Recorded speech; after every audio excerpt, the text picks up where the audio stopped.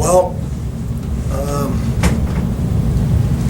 in my mind, 5 pressure games in a row. We had to win all 5, one-game brackets, and we accomplished it.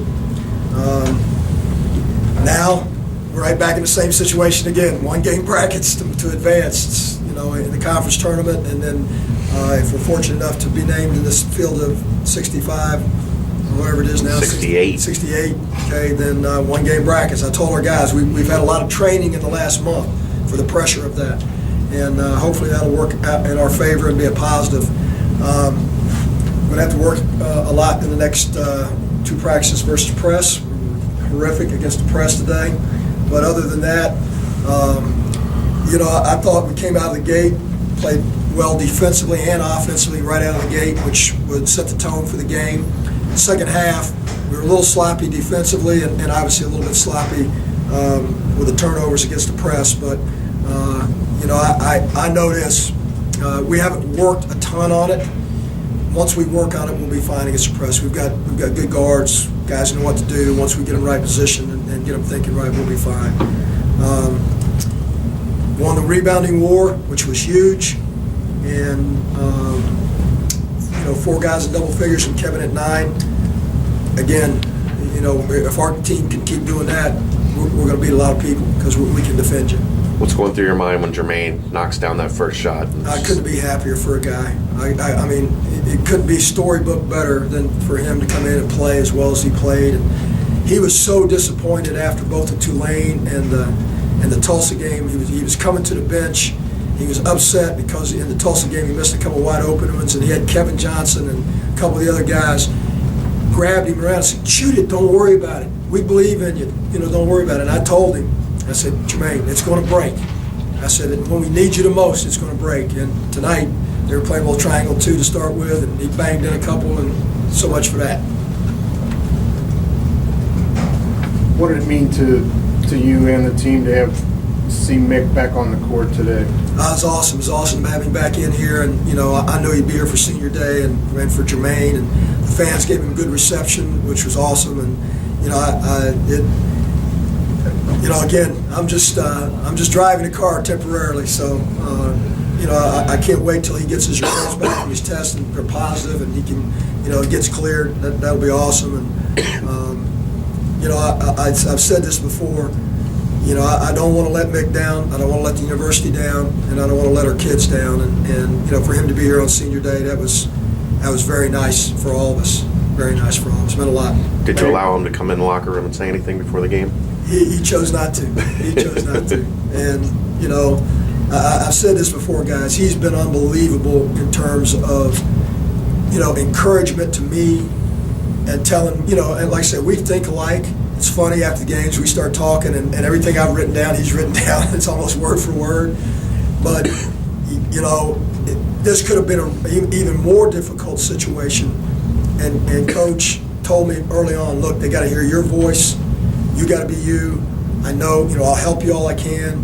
And as a result of that, this what was been a very difficult situation has been much easier because of that. And that's all Mick. I mean, some guys couldn't let go. Some guys' egos would get in the way. Some guys, just meaning to help would just trample you. And he's been there every step of the way. He's helped me in every scout, every game.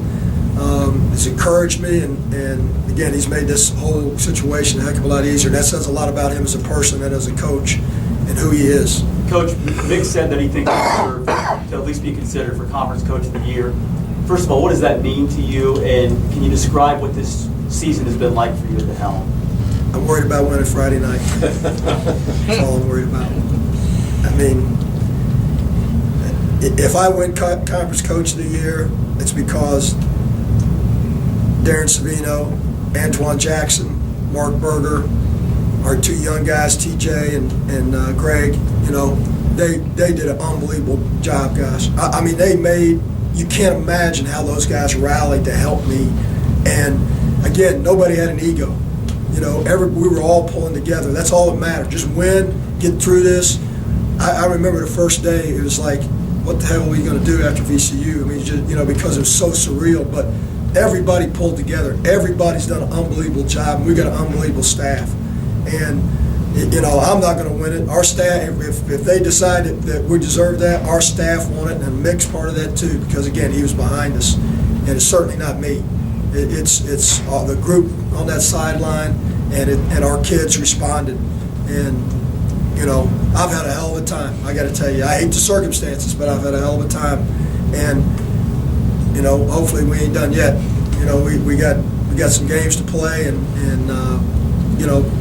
All I'm worried about is the next one, and we'll see who we get. You know, probably going to be UConn. They couldn't make it any tougher on us. Let's play UConn on their own court. Then let's play this, the second place team. Let's play the third place team. But hey, it's all right. You know, it's what we've been working for all year long. We'll see. So. What do you like most about how you're playing going into this? Well, I like the assist. We've had high assist in the last 5 straight games, and that to me is a great sign that your team is healthy. Mentally, your team's healthy as far as being together because we're passing and sharing the ball, and we can score inside, guys. I mean, we put pressure on people because we can score down there, and our guys the guards and the bigs have learned to play that game of, all right, you don't want to double us, we're going to go score. All right, you want to double us, we'll just spray it out, and those guys will drive it and get fouled, or they'll make threes. And when your team understands that relationship, you're going to be a pretty good offensive team. And then, of course, defense and rebounding is our steadfast thing. And today we gave them a bunch of points on just didn't get matched up, kind of semi-breaks. When we were in half-court defending, when we actually were back in half-court defending, we were very good. We got a little loose because we had the lead. And, They just came down and shot. They didn't really run any offense. No. And, Shaq Goodwin gets 2 threes late. I mean, Tay, and that's my fault. I should have had him out there. I mean, up there and out there, but Tay was used to him just coming to the basket. He just shot it, and then on the one switch, we had him I can't remember the guard. I can't remember which guard had it, but we had him almost trapped and about to turn it over, and he just flipped it back to Shaq, and he shot it in. And again, 2 or 3 times in kind of semi-transition, we just didn't get matched up. We just gave him layups. Coach, some of the players in their post-game press conference had these crazy red hair hats on, and Octavius said it's because we're on fire. How important is it for those guys to have that fire, that confidence heading into tournament season? It's everything.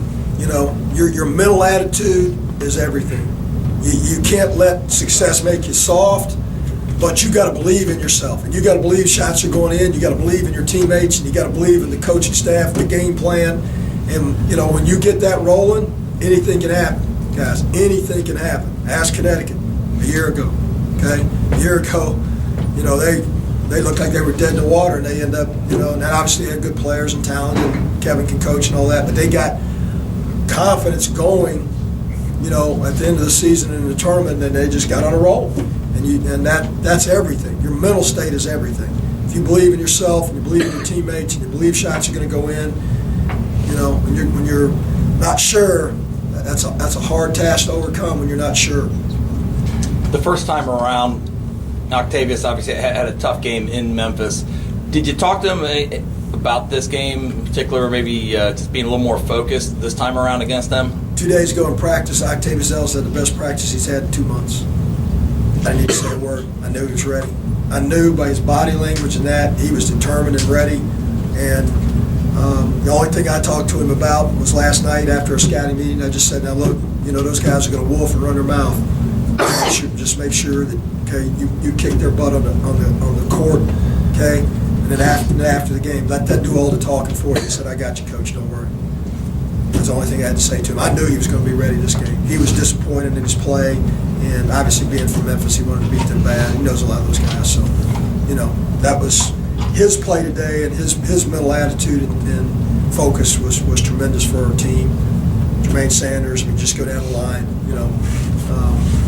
but they weren't going to be denied today. I felt good going. I was I'm always really nervous, and going into this game, I'm thinking to myself, I'm not as nervous. There's something wrong. But I just felt like they were going to play today, and they came out of the gate obviously and set the tone early. Anything else? Thanks, Coach.